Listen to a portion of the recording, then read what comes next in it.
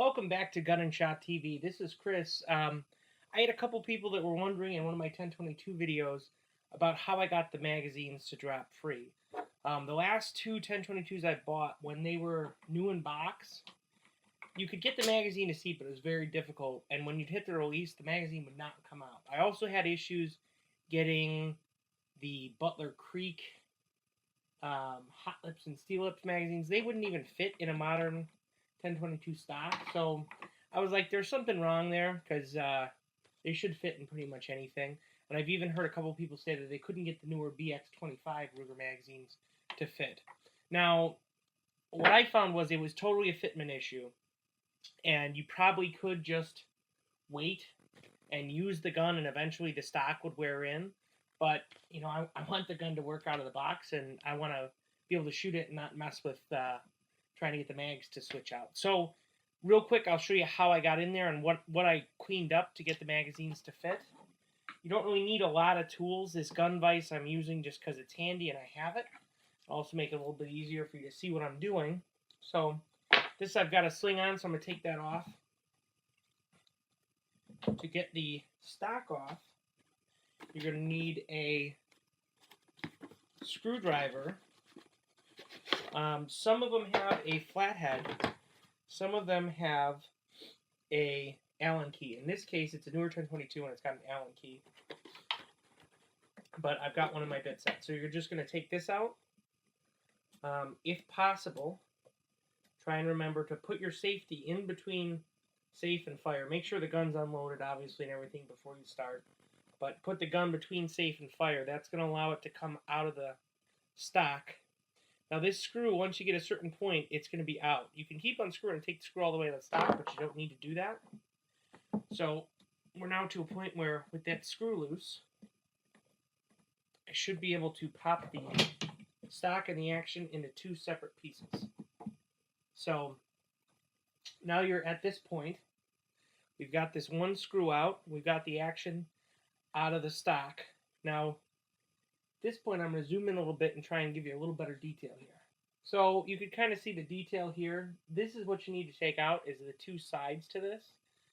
You want to gently remove material and keep test fitting with a magazine, like so. Make sure it fits the right way. And you just want it to where it's still snug and it's not able to move around too much in there, but it'll actually slide right out. That was a big issue I had. So you're just going to keep removing material on these two lips, and you're going to keep test fitting. Once it's loose like this, you're good to go. Stop. If you do any more, you're going to end up with it too loose, and then the magazine's going to wobble around while you're trying to change it or fire. Also keep in mind, you want to use something kind of fine. You can use some files. You can use sandpaper. I use those little rubber Dremel rotary bits. And anything you do, if it's too coarse, it's going to actually rough this surface up. You're going to have more feeding issues than you had when you started. So you want to make sure when you're done and you get the material removed, you keep that clean and maybe even go over it with a fine grit sandpaper or something just to clean it up a little bit. But once that's done, that takes care of your magazine issue. Now that's loose. I still had issues with this latest 1022 with a different part of it. So coming in a little bit closer, you can see where else I had issues. This casting was extremely rough.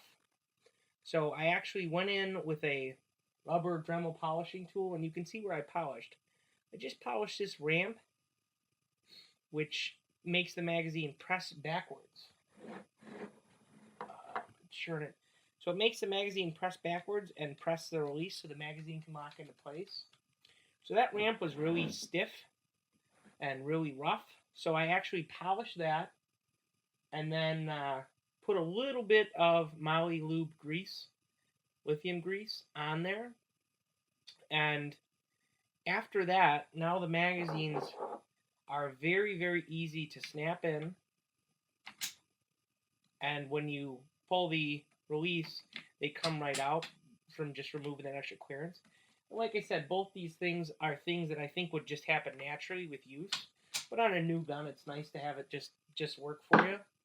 So now we've got our latching mechanism polished out, a little bit of lube on it. We've got our stock. You know, we know that the magazines fit okay, especially it helps if you have them in the right direction. And it will come out for you. So now we just need to put it back together. Make sure your pins are still square. They didn't come loose while you were messing with stuff. Make sure your safety is in between the two positions, safe and fire. It's kind of hard to keep it there, but that'll make the stock fit much easier. And you're just going to slide that back down on here and use your same screwdriver to put in that screw. And this is something, like I said, you want to test fit this numerous times. If you take out too much material, you're going to have a loose magazine that will have feeding issues as well. So you don't want to take out too much material. You can always try it, put it back together, try it, and keep going a little at a time if you're having issues. Now you have your gun all assembled again, and you've got your magazine. You can try it. You put the mag in. It should snap right in. When you hit the release, it should snap right out. And once again, it's something that's going to wear and get looser as you use it. So don't go overkill on it. If it's still a little bit tight, it's not a huge deal. But at that point, you should be good to go. And now, if you're trying to get 25 round mags to fit too, you're going to want to test fit those and just go until they just barely fit and come out. And those are a little bit easier to get out too because you've got something to grab onto. So I wouldn't go overkill making sure they're loose in there. You just want to get them so they'll seat. But at that point, you should be good to go.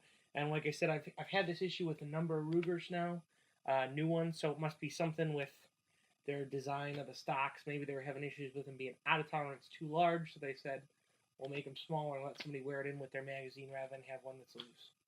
So give that a shot. If you need, this is a file set I got at Harbor Freight. It's got a bunch of jeweler's files. That works pretty well. I've used sandpaper to do something similar. I've also used, like I said, these little Dremel rubber bits. So this is the Dremel wheel. It's an abrasive and a rubber binder. So those work pretty well for like smoothing tasks, stuff like that. And they're much harder to overdo and take off too much material, so they're pretty handy. I tend to use them a lot. So now your brand new 1022 should actually drop free when you hit the mag release and should be much easier to take the range, especially if you're trying to introduce a new shooter. Having to mess with this mag release was just a buzzkill. So definitely give it a shot, and it should work out for you. Have a great day. Thanks for watching.